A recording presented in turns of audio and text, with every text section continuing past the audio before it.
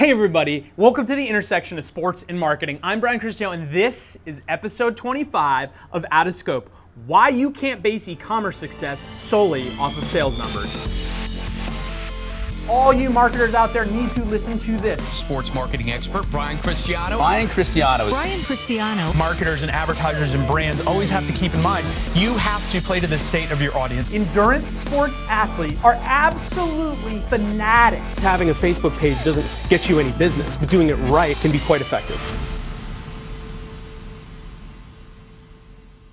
Today's topic at hand is why you can't base e-commerce success solely on sales numbers. And don't get me wrong, because I am a guy of numbers, of figures, of analytics, of data. I stare at this stuff all day long for ourselves, for our clients. I think that there is, in this day and age, having access to such raw data instantaneously, being able to run digital campaigns, social campaigns, tying them in, running analytics, and cross-evaluating marketing and understanding where leads are coming from, why they are and aren't working, engagement, etc. There's so much data that's available, and I think that anyone who's not taking advantage of having this level of data nowadays and analyzing against it is making a big mistake.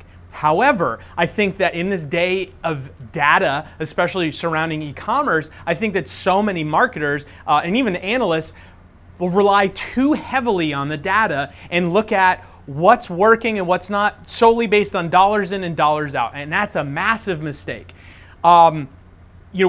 There's a lot that can be done to drive e-commerce success through social media, right? And I mean that through Facebook dark posts, Twitter promoted posts, promoted pins. All of those things are leveraging these new platforms or newer platforms and driving traffic to a site where you're trying to, convert a sale. And I think that that's, massive, a really huge advantage right now that can be done that couldn't have been done 3, 4, 5, 6, 7, 10 years ago. Not at least to this extent, and not to the extent of being so trackable and so data heavy.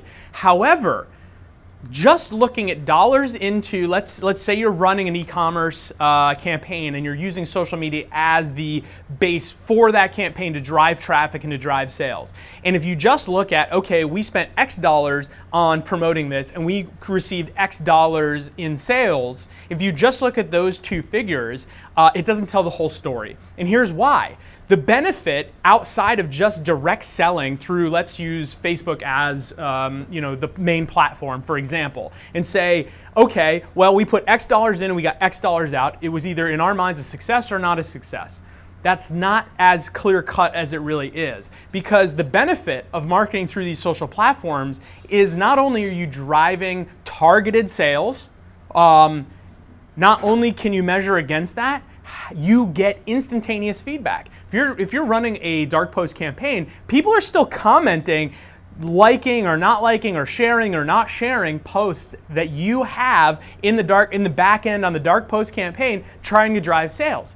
So you need to analyze that as part of the overall structure, because you may not necessarily be driving direct sales today from an ad that was served and someone's purchasing or not purchasing, but if you're seeing that there is massive positive feedback on some of that marketing and people are liking it and sharing it and commenting on it in a positive way, well, guess what? They might not purchase whatever it is that you have to sell today, but they might now be fans of your brand. They are definitely now aware, and if they're sharing and liking, other people and other friends of theirs are now noticing that they are interacting with your brand, which also extends the, I hate this term, but virality of the campaign itself, and allows other people that you're not spending money on to be captured, or at least to have some brand awareness of what it is that you're selling. So even though, let's say you push out this social media dark post through Facebook and it doesn't really perform super well as far as direct sales are concerned immediately, but you're getting massive positive feedback and people are sharing and they're liking and they're commenting in a positive way and tagging their friends in it, you can't discredit that as a failure. You have to say that this is actually success. And why, now look at why isn't it converting sales immediately, and getting such positive reviews. Maybe you have a longer sales cycle than you think that your company does have. Maybe it's just that the product timing isn't right. Maybe it's that they don't like the color of whatever it is you're selling, or some other deeper conversation needs to be had. Take that data, analyze against it, and realize that the positive return may happen later. These people are now fans of your brand. They're aware of it. They're aware that you're selling something, and they might not purchase today, but what about 6 months from now? What about a year from now? So I think that that's the piece of e-commerce, especially in the social media marketing age. And this goes for all digital, but I'm specifically talking about social because you can track interaction as well as direct sales and all these other figures. And that's where the power comes from, because now you're creating fans. It is partially about branding. It's not just about direct sales. Now, don't get me wrong.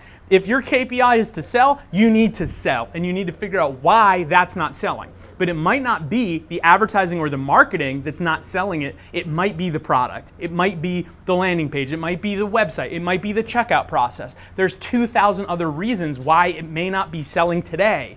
But you can't discredit it if it's getting positive returns from the social atmosphere. Anyway, would love to hear your thoughts on this. Have you seen any campaigns that you've run, whether you're a marketer or a small company that's dabbled in this? Have you seen this ever before where you're not quite getting the sales numbers, but you're getting massive, massive positive feedback from the social side of it? Anyway, thank you so much for watching episode 25. Remember, please share, subscribe, comment, YouTube, all that good stuff, and subscribe to the podcast. Thanks again. 25 of OUTOFSCOPE.